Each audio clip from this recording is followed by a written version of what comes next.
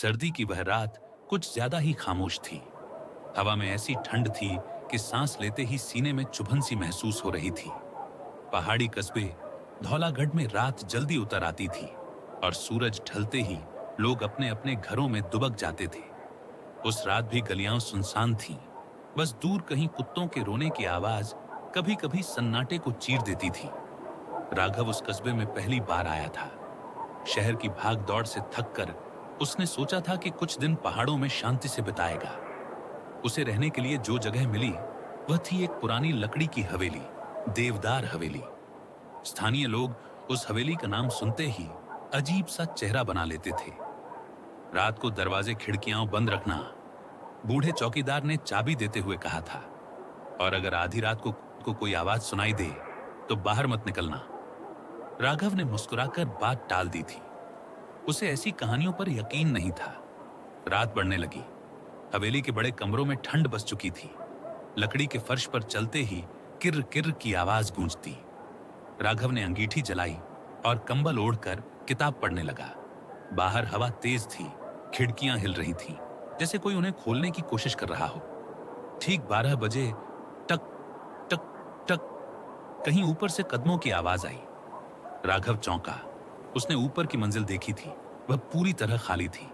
उसने खुद से कहा, पुराना घर है, आवाजें आती रहती हैं। लेकिन फिर खर खर, जैसे कोई भारी चीज फर्श पर घसीटी जा रही हो। राघव का दिल तेज धड़कने लगा। अंगीठी की लौ अचानक धीमी पड़ गई। कमरे में ठंड और गहरी हो गई, ऐसी ठंड जो हड्डियों के भीतर तक उतर जाए। कोई है? राघव ने कांपती आवाज में पूछा। कोई जवाब नहीं। वह जैसे तैसे सीढ़ियों तक पहुंचा। हर सीढ़ी पर चढ़ते ही लकड़ी कराह उठती। ऊपर का गलियारा अंधेरे में डूबा था। तभी उसने देखा, गलियारे के आखिर में एक दरवाजा हल्का सा खुला था।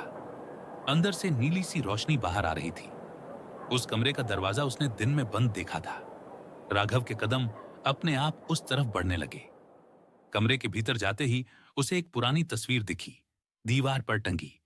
तस्वीर में एक परिवार था, पति पत्नी और एक छोटा बच्चा। नीचे तारीख लिखी थी, 1978। अचानक कमरे का तापमान और गिर गया। पीछे से एक फुसफुसाती आवाज आई, तुम क्यों आए हो? राघव मुड़ा।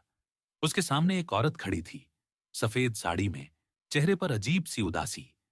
उसकी आंखें गहरी और खाली थीं, जैसे उनमें जिंदगी ही ना हो। मैं मैं बस रहने आया हूं। राघव हकलाया। औरत ने तस्वीर की तरफ इशारा किया। ये मेरा घर था। सर्दी की एक रात आग बुझ गई और हम सब यहीं।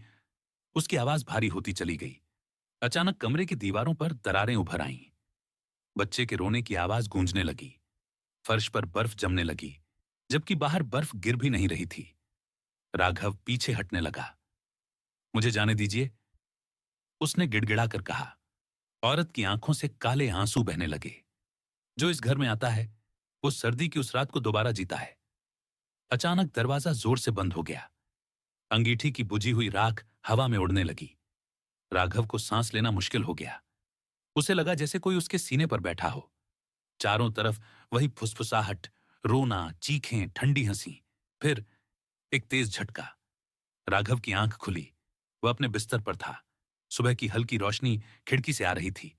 पसीने से पूरा शरीर भीगा हुआ था। उसने राहत की सांस ली। सपना था, उसने खुद से कहा। तभी उसने अपनी कलाई देखी, नीले काले निशान, जैसे किसी ने बर्फीली उंगलियों से कसकर पकड़ा हो।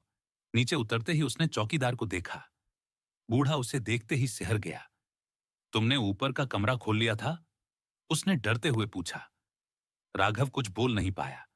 चौकीदार ने धीमी आवाज में कहा, उस हवेली में जो रात गुजार ले वो पूरी तरह वापस नहीं आता। उस रात के बाद राघव कभी धौलागढ़ नहीं लौटा।